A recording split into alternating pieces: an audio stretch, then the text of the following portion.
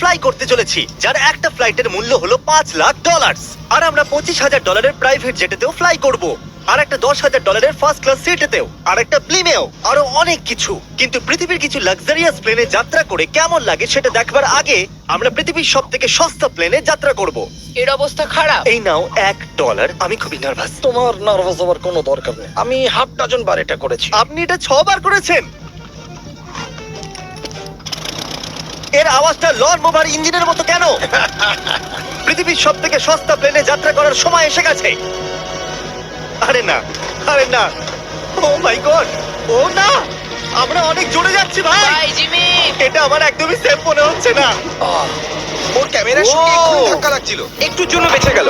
তুমি seat belt বেঁধেছো তো? আপনি আমাকে শুধু বাঁচিয়ে রাখার দিকে ফোকাস করুন। আমি চেষ্টা করছি। ঠিক আছে, ও এখন হাওয়াতে আছে। চ্যানেলটা আমি নিয়ে নেব। আমি আমার ফুটেজ পেয়ে গেছি, চাইলে ল্যান্ড করতেই পারো। না, ও প্লিজ চলো, এবার চলো। ও আমাকে স্যালারি দেয়, একটু সাবধানে। আর যদি আপনাদের এটা ক্রেজি লাগে তাহলে ভিডিওটা শেষ পর্যন্ত দেখুন। আমরা পৃথিবীর সব থেকে দামি প্লেন টিকিটে যাত্রা করতে চলেছি। এক মিনিট, তুমি আমাকে নার্ভাস করে দিচ্ছ। ও মাই গড, ওরা নিচে নামছে। আমরা ল্যান্ড করতে যাচ্ছি। মাটিতে চলে এসেছি, আমরা বেঁচে গেছি। আমাদের পরের প্লেনের ফার্স্ট ক্লাস টিকিট হলো $1,000। তাহলে ব্যাপারটা এই হলো বয়স, আমি সমস্ত ফার্স্ট ক্লাস টিকিট কিনে নিয়েছি। তোমরা যেখানে খুশি বসতেই পারো। তোমার কি একটু মিরাকেল মিস্ট লোশন চাই? কেন? কারণ এটা ফার্স্ট ক্লাস ভাই, খুবই ঠিকই আছে। যত্ন। হ্যাঁ? আমাদের সবার কাছে সিটের সাথে একটা টিভিও আছে। এই টিকিটে আছে ভালো ভালো খাবার, বাথরুমের জিনিস আর একটা পাজামা। আমরা এগুলো বাড়িতে নিয়ে যেতে পারি কি? আর লম্বা ফ্লাইটের জন্য রিক্লাইন। এটা নিচে নেমে একটা বেডের মতো হওয়া উচিত। মনে হচ্ছে যেন কবরে আছি, বেশ ভালো হ্যাঁ, লাগলো। এটা সত্যি দারুণ। আর সব থেকে ভালো কথা, এই $1,000 টিকিটের সব থেকে বেস্ট পার্ট হলো আমাকে নোলানের সঙ্গে কথা বলতে হবে না।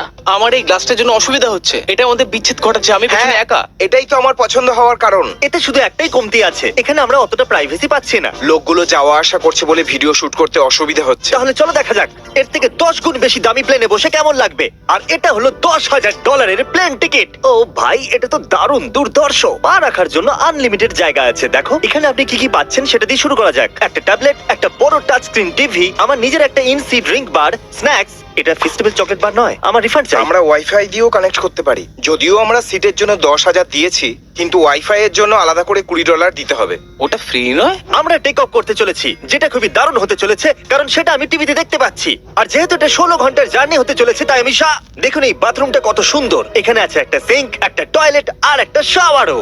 দারুণ ব্যাপার। একটু ওদিকে দেখো, আমরা শূন্য প্রায় 30,000 ফুট উপরে আছি, আর আমি এখানে শাওয়ারও নিতে পারি। আর এর সাথে আমি আর বয়স যত খুশি গরমেট ফুড অর্ডার করতে পারি। আর শুধু এটাই নয়, সব থেকে ভালো জিনিসটা শেষে আছে। হাই, কি খবর? প্লেনের পিছন দিকে একটা প্রাইভেট লাউঞ্জ আছে। হে জিমি, হ্যাঁ, ওয়াও, এটা স্বপ্ন নয়। এটা ছিল $10,000 একটা প্লেন টিকিট। ক্যামেরা উপর থেকে নিচে করো।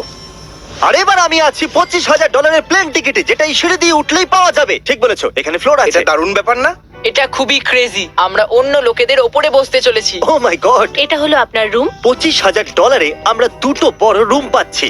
ও, এটা তো খুব দারুণ। আমি এর আগে এরকম দেখি। আরে বাপরে। আগের প্লেনের তুলনায় আমরা এখানে 4 গুণ বেশি জায়গা পেয়েছি।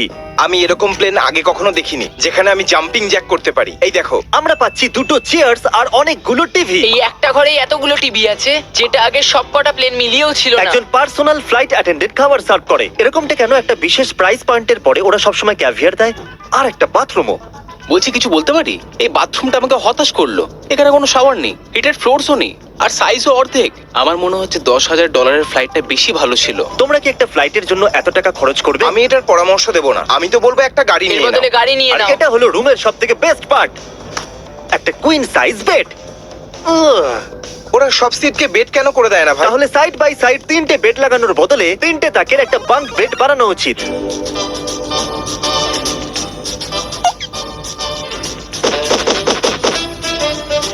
Good morning. ঘুম তো খুব সুন্দর হয়েছে। কাল উঠে পড়ো, আমরা ল্যান্ড করতে চলেছি। আমি একটা পাথরের মতো ঘুমিয়েছি।